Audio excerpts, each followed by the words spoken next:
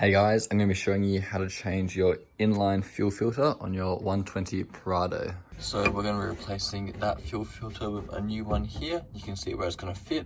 The first steps are to undo those two mounting bolts and take that off. So now this fuel filter is off. We want to start by undoing these red clip there and another red clip there. I'm going to go to the back edge of these clips and push them down. I'll show you what they look like when I get mine off. I finally got those clips out. They're a pain in the ass to do. Essentially you've got to push both the clips in together and push outwards. Mine were filthy and full of sand and mud, which made it really hard. So I recommend using some WD-40 to make your life so much easier. That old one is out. Time to take the bracket off of it. You can see down here. And we can chuck the new one back in. Make sure you orient it the same way. So I know, in my case, mine's gonna sit like that up in there. So I'll just take this bracket off the old one and replace the new one into there.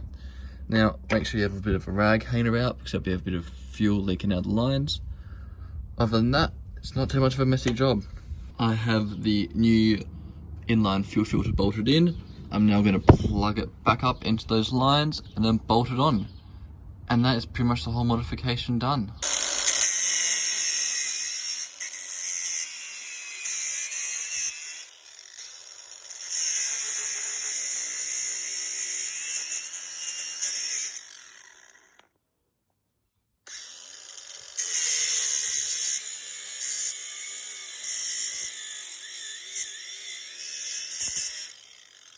Definitely smell better things.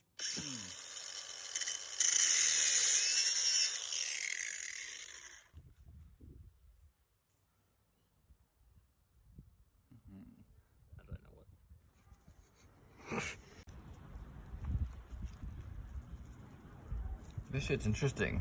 Did you not know it was going to be in there? No. You filming this? Yeah. Oh, fucking hell.